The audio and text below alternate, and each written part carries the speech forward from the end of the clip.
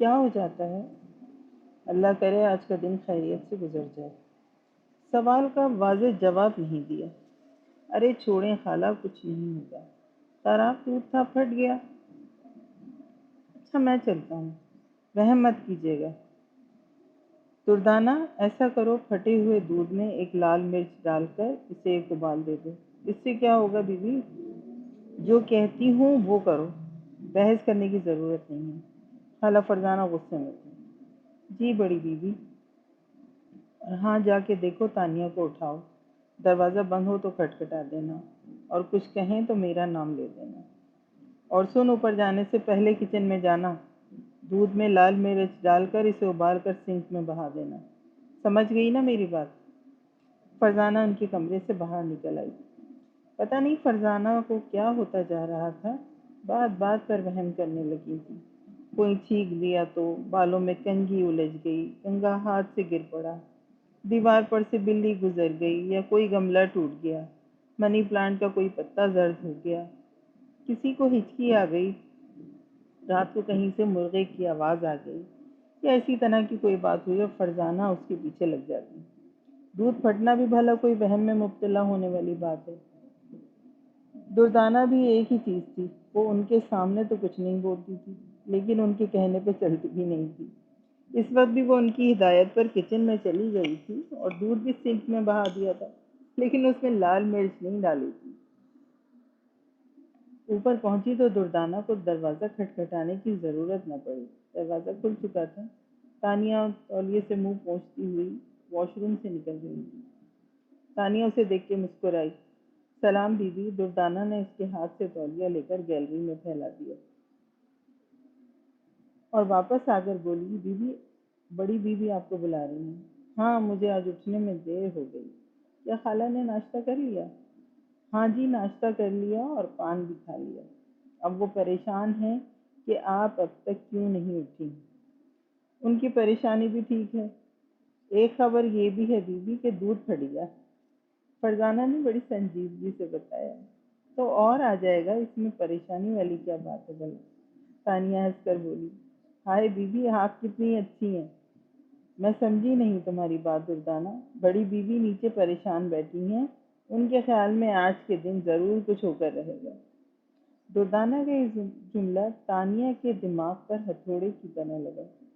اسے فوراً رات کا واقعہ یاد آ گیا۔ رسرار کمرے کا دروازہ لاک نہیں تھا اور وہ ہاتھ لگاتے ہی کھل گیا تھا، اور یہ بات کسی کو معلوم نہ تھی۔ اگر وہ یہ راز جا کر خالہ فرزانہ کو بتا دے تو ان کا وہم تو یقین میں بدل جائے گا، اور اس سے بڑی اور اس سے بری خبر آج کے دن اور کیا ہو سکتی تھی؟ آپ کو کیا ہوا بیوی؟ آپ کے چہرے کا رنگ کیوں بدل گیا؟ فرزانہ نے اسے ٹوکا۔ کچھ نہیں فرزانہ، مجھے تو کچھ نہیں ہوا۔ میں تمہاری بڑی بیوی کے بارے میں سوچ رہی تھی کہ وہ ضرورت سے زیادہ وہمی ہوتی جا رہی ہے۔ ہاں بیوی، بہت زیادہ۔ انہوں نے کہا تھا کہ پھٹے ہوئے دودھ میں لال مرچ ڈال کر ابالو اور پھر دودھ کو سنک میں بہا دو۔ بیوی، میں ایسے ہی دودھ بہا آئی ہوں، ٹھیک کیا نا؟ ہاں دردانہ، تم نے ٹھیک کیا، یہ سب بیکار کی بات ہے۔ دردانہ ایک بات بتاؤ، تم اس گھر میں کب سے ہو؟ کوئی 4 سال تو ہو گئے ہوں گے، دردانہ نے فوراً جواب دیا۔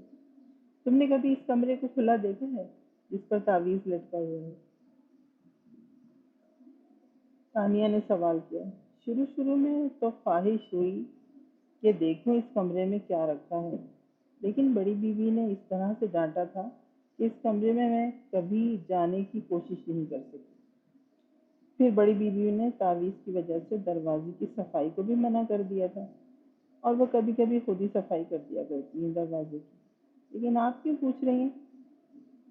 ایسے ہی پوچھ رہی ہوں بیوی، آپ کو اس گھر میں آئے ہوئے 1 سال کے قریب ہو گئے، آج تک تو آپ نے کبھی پوچھا نہیں۔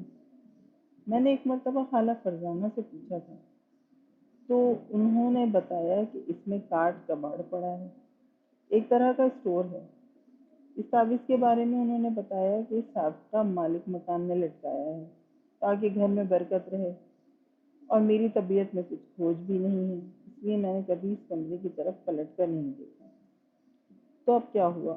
اب میرا جی چاہتا ہے کہ میں اس کمرے کا راز معلوم کروں۔ دردانہ، کیوں نہ ہم دونوں مل کر اس کمرے میں چلیں؟ مجھے تو بیوی آپ معاف رکھیں، دردانہ نے اس کے سامنے ہاتھ جوڑتے ہوئے کہا۔ مجھے ابھی یہاں ملازمت کرنی ہے جی، ایسا اچھا گھر اور ایسے لوگ مجھے کہاں ملیں گے؟ مجھے آپ نوکری کرنے دیں۔ اچھا جاؤ میرا ناشتہ لاؤ، اور اس بات کا تذکرہ خالہ سے نہ کرنا۔ میں خالہ کے کمرے میں جا رہی ہوں، میرا ناشتہ وہیں لے آنا۔ پر دودھ کا کیا ہوگا؟ آپ بے فکر ہو کر جائیں، میں بڑی بیوی سے کچھ نہیں کہوں گی، ویسے بھی گھر میں خشک دودھ ہے۔ فرزانہ کے کمرے میں جاتے ہوئے جب تانیہ کی نظر اس پراسرار دروازے پر پڑی تو اچانک اس کے دل کی دھڑکن تیز ہو گئی۔ دروازہ جوں کا تو بند تھا، ویسے ہی دروازے کے ہینڈل پر تعویذ جھول رہا تھا۔ خالہ فرزانہ کے کمرے کا دروازہ کھلا ہوا تھا اور اندر سے خالہ کے بولنے کی آواز آ رہی تھی۔ وہ کمرے میں داخل ہوئی تو اس نے خالہ فرزانہ کو ٹیلی فون پر چیخ چیخ کر باتیں کرتے ہوئے پایا۔ تانیہ نے ہاتھ کے اشارے سے انہیں سلام کیا اور ان کے قدموں میں تعلیم پر بیٹھ گئی۔ لو آ گئی۔ خالہ فرزانہ نے اس سر کے اشارے سے سلام کا جواب دیا اور ٹیلی فون پر اس کے بارے میں بتایا۔ خالہ کس کا فون ہے؟ تانیہ نے خوش ہو کر پوچھا۔ تمہارے عامر انکل کا۔ وہ خوشی سے چلائی، لائیں فون مجھے دیں۔ لو تانیہ بات کرو۔ خالہ فرزانہ نے ریسیور تانیہ کے ہاتھ میں دیتے ہوئے کہا۔ السلام علیکم انکل، تانیہ نے پرخلوص لہجے میں کہا۔ کیسے ہیں آپ؟ وعلیکم السلام، میں بالکل ٹھیک ہوں۔ انکل آپ نے اتنے دنوں کے بعد کیوں فون کیا؟ اتنے دنوں کے بعد کیا مطلب؟ 4-5 مہینے ہو گئے کیا؟ ابھی 5 دن پہلے ہی تو فون کیا تھا۔ انکل عامر نے ہنس کر کہا۔ کیوں، خیریت تو ہے تانیہ؟ ہاں انکل سب خیریت ہے، لیکن مجھے تو تم کچھ پریشان محسوس ہو رہی ہے۔ ارے نہیں انکل، ایسی کوئی بات نہیں، بے شک آپ خالہ فرزانہ سے پوچھیں۔ تانیہ نے خالہ کی طرف دیکھتے ہوئے کہا۔ ہاں ہاں مجھ سے پوچھ لو، اور کیا پوچھنا ہے؟ خالہ نے بات سمجھے بغیر تانیہ کی تائید کر دی۔ تانیہ تم وہاں خوش تو ہو؟ انکل عامر نے فکر مند لہجے میں کہا۔ فرزانہ تمہارا خیال تو رکھتی ہے نا؟ ایسا ویسا؟ تانیہ نے بڑے جوش سے کہا۔ خالہ فرزانہ تو مجھ پر جان چھڑکتی ہیں، جان۔ کمال ہے بھائی، یہ تمہاری خالہ فرزانہ آخر کس کس پر جان چھڑکتی ہیں؟ انکل عامر نے ہنس کے کہا۔ خالہ نے آپ کو کچھ کہا ہے کیا؟ تانیہ نے شرارتی لہجے میں پوچھا۔ تانیہ تم آخر میرا نام بار بار کیوں لے رہی ہو؟ میں نے کیا کیا ہے؟ خالہ پریشان ہو رہی ہیں، وہ کہہ رہی ہیں میرا نام کیوں بار بار لے رہی ہو؟ میں نے کیا کیا ہے؟ تانیہ نے خالہ فرزانہ کی بات دہرائی۔ ان سے پوچھو کہ اب اور کیا کرنے کا ارادہ ہے؟ ادھر سے انکل عامر نے کہا۔ اس کا مطلب یہ ہے کہ یہ پہلے بھی کچھ کر چکی ہیں؟ بہت کچھ کر چکی ہیں، انکل عامر نے فوراً جواب دیا۔ اچھا میں خالہ کو بتاتی ہوں۔ تانیہ نے خالہ فرزانہ سے کہا کہ خالہ انکل پوچھ رہے ہیں اب اور کیا کرنے کا ارادہ ہے، ساتھ میں وہ یہ بھی کہہ رہے ہیں کہ خالہ بہت کچھ کر چکی ہیں۔ غضب خدا کا! خالہ فرزانہ نے اپنا سر پیٹ کیا۔ یہ عامر کو کیا ہوتا جا رہا ہے؟ کس قسم کی گفتگو کرنے لگے ہیں؟ خالہ پوچھو انکل سے، تانیہ نے سوال کیا۔ کیا کہہ رہی ہیں؟ ادھر سے سب پوچھا گیا۔ تانیہ اگر تم نے کوئی فضول بکواس کی تو مجھ سے برا کوئی نہ ہوگا۔ کیا کہہ رہی ہیں؟ کچھ تو بولو، ادھر سے مسلسل اصرار ہو رہا تھا۔ سوری انکل، میں کسی کی ذاتی باتیں آپ کو نہیں بتا سکتی، تانیہ نے خالہ فرزانہ کا چہرہ دیکھتے ہوئے کہا۔ اچھا چلو چھوڑو، یہ بتاؤ تم خوش تو ہو وہاں؟ عامر انکل نے پوچھا۔ ہاں میں یہاں بہت خوش ہوں، خالہ فرزانہ میرا بہت خیال رکھتی ہیں، پھر بھی میرا دل لاہور جانے کو بہت چاہ رہا ہے۔ کچھ اور رک جاؤ، میں تمہیں خود لینے آؤں گا۔ انکل عامر کے لہجے میں فکر مندی تھی۔ یہ بات تو آپ پچھلے کئی ماہ سے کہہ رہے ہیں۔ تمہیں کچھ اور پیسے بھیج دوں؟ انکل عامر نے اسے بہلانا چاہا۔ انکل میں پیسوں کا کیا کروں؟ آپ نے پہلے جو پیسے بھیج رکھے ہیں وہی خرچ نہیں ہوئے، میں مزید پیسے منگوا کر کیا کروں گی؟ پیسے میرا مسئلہ نہیں ہے، میں تمہارے مسئلے کو اچھی طرح جانتا ہوں۔ ٹھیک ہے انکل، جیسا آپ کہیں۔ سائمہ کیسی ہے؟ ہاں ٹھیک ہے، تمہیں اکثر یاد کرتی ہے، میں بھی اسے یاد کرتی ہوں، تانیہ نے کہا۔ انکل عامر نے 2-4 باتیں اور کیں اور انہوں نے وہی کہا جو اکثر کہا کرتے تھے۔ ان کے ٹیلی فون کا مقصد یہی ہوتا تھا کہ تانیہ اپنے آپ کو خوش رکھے اور وہ جلد ہی آ کر اسے لاہور لے جائیں گے۔ تانیہ نے چاہا کہ وہ خواب دیکھنے سے لے کر اس پراسرار کمرے تک کی رویداد بیان کرے، مگر وہ کچھ سوچ کر رک گئی۔ جانتی تھی کہ یہ سب کچھ سن کر وہ پریشان ہو جائیں گے۔ وہ نہیں چاہتی تھی کہ انکل عامر اس کی وجہ سے پریشان ہوں۔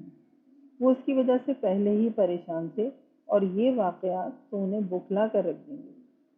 انکل عامر نے ابھی تک شادی نہیں کی تھی۔ ان کی عمر 50 سال کے قریب تھی۔ خالہ فرزانہ ان سے 2-4 سال چھوٹی ہوں گی۔ نوجوانی کے زمانے میں انکل عامر اور خالہ فرزانہ کے درمیان زبردست عشق چلا تھا۔ دونوں ایک دوسرے پر جان دیتے تھے، لیکن اپنی اس محبت کو انہوں نے کبھی رسوا نہ ہونے دیا۔ یہ کتنی عجیب بات ہے کہ جن خاندانوں میں دشمنیاں ہوتی ہیں، وہاں محبت بھی سر اٹھا لیتی ہے۔ اسی خاندان میں وہ باغی پیدا ہو جاتے ہیں جو اپنی محبت کے آبشار سے نفرت کے الاؤ کو ٹھنڈا کرنے کی کوشش کرتے ہیں، اور نہیں جانتے کہ نفرت کے اس قلعے کو مسمار کرنا تو دور کی بات ہے، وہ اس کی فصیل کا ایک پتھر بھی نہیں اکھاڑ سکیں گے۔ خاندان جتنا بڑا ہوتا ہے، اتنی ہی وہاں دشمنیاں ہوتی ہیں۔ خاندان کے لوگ ان دشمنیوں کو کم کرنے کے بجائے بڑھانے کی کوشش کرتے ہیں۔ عامر اور فرزانہ بھی ایسے ہی خاندان کے فرد تھے۔ دونوں اچھی طرح جانتے تھے کہ جو کھیل وہ کھیل رہے ہیں، اس کا انجام جدائی کے سوا کچھ نہیں۔ وہ کبھی ایک نہیں ہو سکیں گے۔ والدین ان دونوں کو ایک قبرستان میں دفنانا تو گوارا کر لیں گے، لیکن زندگی کے آنگن میں اکٹھا نہیں ہونے دیں گے۔ پھر یہ محبت بھی بڑی عجیب چیز ہوتی ہے۔ کسی مصلحت کو نہیں جانتی، نہ اس کی آنکھیں ہوتی ہیں نہ کان ہوتے ہیں، اندھی اور بہری ہوتی ہے، نہ ذات دیکھتی ہے نہ رنگ و نسل دیکھتی ہے۔ غربت اور عمارت اس کے سامنے ہیچ ہے۔ خیر، فرزانہ اور عامر کے خاندان میں زمین آسمان کا فرق تھا۔ اس فاصلے کو سرے سے مٹانا تو دور کی بات ہے، کم کرنا بھی آسان نہ تھا۔ فرزانہ کو عامر نے سب سے پہلے ایک شادی کی تقریب میں دیکھا تھا۔ فرزانہ کو دیکھ کر اس نے ایسا محسوس کیا کہ جیسے اچانک ہی زندگی کی منزل سامنے آ گئی ہے۔ پھر اس نے فرزانہ کو مہندی کی ایک تقریب میں دیکھا۔ ایسی تقریبوں میں اتنا شور، اتنا جوش و خروش ہوتا ہے کہ کچھ دیر کے لیے آدمی اپنے آپ کو بھی بھول جاتا ہے۔ فرزانہ کو معلوم نہ تھا کہ کوئی اس کے تعاقب میں ہے۔ عامر لڑکے والوں کی طرف سے تھا اور فرزانہ لڑکی والوں کی طرف سے مدعو تھی۔ اگرچہ اسے گانا نہیں آتا تھا، لیکن اس کی دوستوں نے اسے ہاتھ پکڑ کر بٹھا ہی لیا تھا۔ گانوں کا مقابلہ جاری تھا۔ ایسی محفلوں میں سنجیدگی کم، بےہودگی زیادہ دکھائی دیتی ہے۔ ہر طرف ایک شور بپا تھا۔ اسی شور ہنگامے میں وہ ایک طرف کھڑا اسے ایک ٹک دیکھے جا رہا تھا۔ نظر کی یہ ٹک ٹکی بالآخر اپنا اثر دکھانے میں کامیاب ہو گئی۔ تالیاں بجاتے بجاتے فرزانہ کی جو نظر بائیں جانب اٹھی تو اٹھی رہ گئی۔ عامر بلا شبہ ایک پرکشش اور اسمارٹ لڑکا تھا۔ اس کی سفید رنگت، قد کاٹ بالوں کا اسٹائل اور آنکھوں کی جاذبیت نے فرزانہ کو مسحور کر دیا۔ عامر تو پہلے ہی فرزانہ کی شخصیت سے بہت متاثر تھا۔ آج اسے اپنے سامنے دیکھا تو احساس ہوا کہ کیمرے نے اسے صحیح طرح سے ایکسپوز نہیں کیا تھا۔ فرزانہ کا انداز بڑا شاہانہ تھا، جس نے اسے مزید دیوانہ کر دیا تھا۔ جب دونوں کی نظریں پہلی بار ایک دوسرے سے ملی تو کہیں دور بجلی کڑکی اور اس کی چمک نے آنکھوں کو خیرہ کر دیا۔ نظروں کے ٹکراؤ نے دونوں کے دلوں میں روشنی سی کر دی تھی، خوشبو سی بھر دی تھی۔ فرزانہ BA کے پہلے سال میں تھی، جبکہ عامر MA کر چکا تھا اور ملازمت کی تلاش میں تھا۔ پھر جلد ہی اسے کالج میں لیکچررشپ مل گئی۔ وہ انگلش ادب پڑھاتا تھا۔ استاد تھا، لیکن محبت کے مکتب میں ابھی طالب محبت تھا۔ کسی نے ٹھیک سے کہا ہے کہ دل سے دل کو راہ ہوتی ہے۔ آپ کسی سے سچی محبت کریں، کسی کو ٹوٹ کر چاہیں، تو یہ ناممکن ہے کہ وہ آپ کی طرف متوجہ نہ ہو۔ ویسے خاموش محبت بڑے ظلم ڈھاتی ہے۔ دانا کہتے ہیں کسی سے محبت کرو تو اسے فوراً بتا دو، ورنہ اس کا کوئی نتیجہ نہیں نکلتا۔ البتہ زندگی بھر دلوں سے دھواں ضرور اٹھتا رہتا ہے۔ لیکن عامر نے تو کمال ہی کر دیا۔ اس نے اپنی محبت کا اظہار اس تیزی اور اس انداز سے کیا کہ فرزانہ سکتے میں آ گئی، اور اسے خود اپنی جرأت پر حیرانگی تھی۔ وہ اتنا بہادر تو نہ تھا۔ شاید محبت آدمی میں طاقت پیدا کر دیتی ہے۔ کیونکہ وہ بذات خود بہت طاقتور ہوتی ہے۔ فرزانہ کا تعاقب کرتے ہوئے اور نظروں سے نظریں ملاتے ہوئے ایک موقع ایسا آیا کہ عامر نے فرزانہ کو اپنے بہت قریب پایا۔ اتنے قریب دیکھ کر عامر کو نہ جانے کیا ہوا، شاید وہ خود پر قابو نہ رکھ پایا۔ اس نے بے اختیار اس کا ہاتھ پکڑ لیا اور اس کے کان کے نزدیک سرگوشی کی، مجھ سے شادی کریں گی؟ فرزانہ ایک دم سناٹے میں آ گئی۔ اس کی سمجھ میں نہ آیا کہ وہ کیا کرے۔ حواس بحال ہوئے تو سب سے پہلے اس نے اپنا ہاتھ چھڑایا۔ اس نے ہاتھ اتنی زور سے پکڑا تھا کہ کئی چوڑیاں ٹوٹ کر اس کی کلائی کو زخمی کر دیں۔ ہاتھ چھڑاتے ہوئے اس نے دھیمے مگر سخت لہجے میں کہا، چھوڑے میرا ہاتھ۔ عامر نے فوراً اس کا ہاتھ چھوڑ دیا۔ کچھ دیوانے ہیں آپ؟ فرزانہ یہ کہہ کر پیچھے ہٹ گئی۔ خدا کا شکر تھا کہ اس ہاؤ ہو میں کسی نے اس بات کا نوٹس نہیں لیا تھا اور اس کی کلائی زخمی ہو گئی تھی۔ لیکن یہ زخم صرف کلائی پہ نہ لگا تھا بلکہ دل پر بھی لگا تھا۔ اگرچہ اسے اس لڑکے کی اس حرکت پر بہت غصہ تھا، لیکن یہ غصہ دھیرے دھیرے غائب ہوتا جا رہا تھا۔ جب اسے معلوم ہوا کہ عامر کس گھر کا لڑکا ہے تو وہ ایک دم سہم اٹھی۔ یہ آگ کس نے اس کے دل میں بھڑکا دی تھی؟ بہرحال یہ آگ جس نے بھی بھڑکائی تھی بھڑک اٹھی تھی۔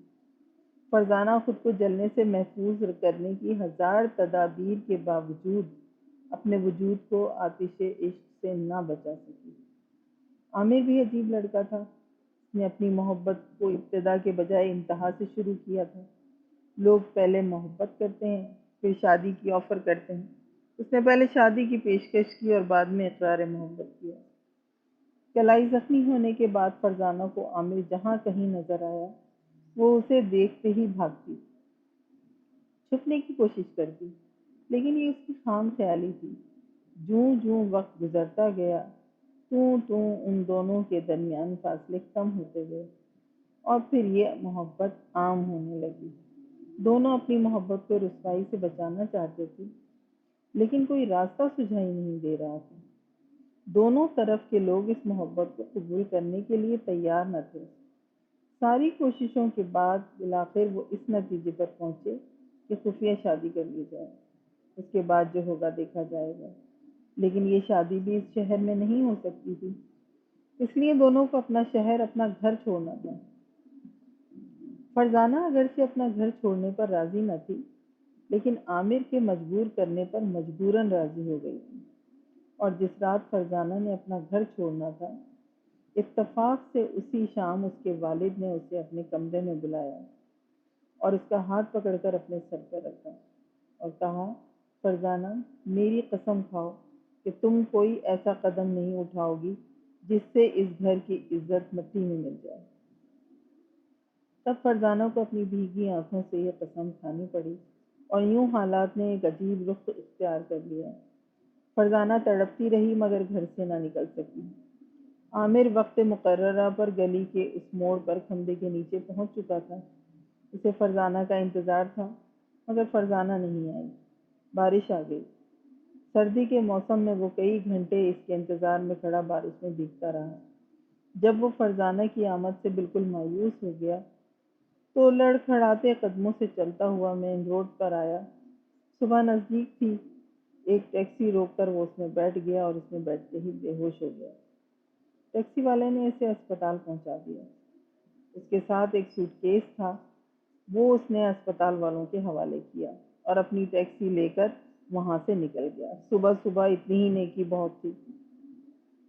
بارش میں مسلسل بھیگنے، کئی گھنٹے ایک جگہ کھڑے رہنے، سخت سردی، محبوب کا انتظار اور محبوب کے نہ آنے کا سخت صدمہ، عامر کے اعصاب شکستہ ہو گئے۔ نروس بریک ڈاؤن ہوا۔ ٹیکسی والے کے دل میں نیکی آ گئی، ورنہ وہ اسے سڑک کے کنارے پھینک کر سوٹ کیس لے کر نکل جاتا تو عامر کی زندگی ختم ہونے میں کوئی شبہ نہ رہتا۔ بر وقت طبی امداد نے عامر کی زندگی بچا دی۔ اگرچہ اسے اپنی زندگی بچ جانے کی کوئی خوشی نہ تھی، اس کی دل کی دنیا تو تہوالا ہو چکی تھی۔ عامر کو فرزانہ پر شدید غصہ تھا۔ اس کی سمجھ میں نہیں آیا کہ وہ وعدے کے مطابق مقررہ جگہ پر کیوں نہیں پہنچی۔ اسے غصہ ضرور تھا، لیکن وہ غصے کے بجائے ہوش سے کام لینا چاہتا تھا کہ جب تک اسے صحیح صورتحال کا علم نہ ہو وہ فرزانہ کے بارے میں کوئی فیصلہ نہیں کرنا چاہتا تھا۔ پھر ایک اور مشکل درپیش تھی، وہ اپنی حالت کے بارے میں کیا بیان دے گا؟ گھر والوں نے، خاندان والوں نے، دوستوں نے، سب ہی نے ایڑی چوٹی کا زور لگا لیا کہ عامر اصل حقیقت بتائے، لیکن اس نے اپنے لب سی لیے۔ وہ اپنی محبت کو کسی قیمت پر بھی رسوا کرنا نہیں چاہتا تھا۔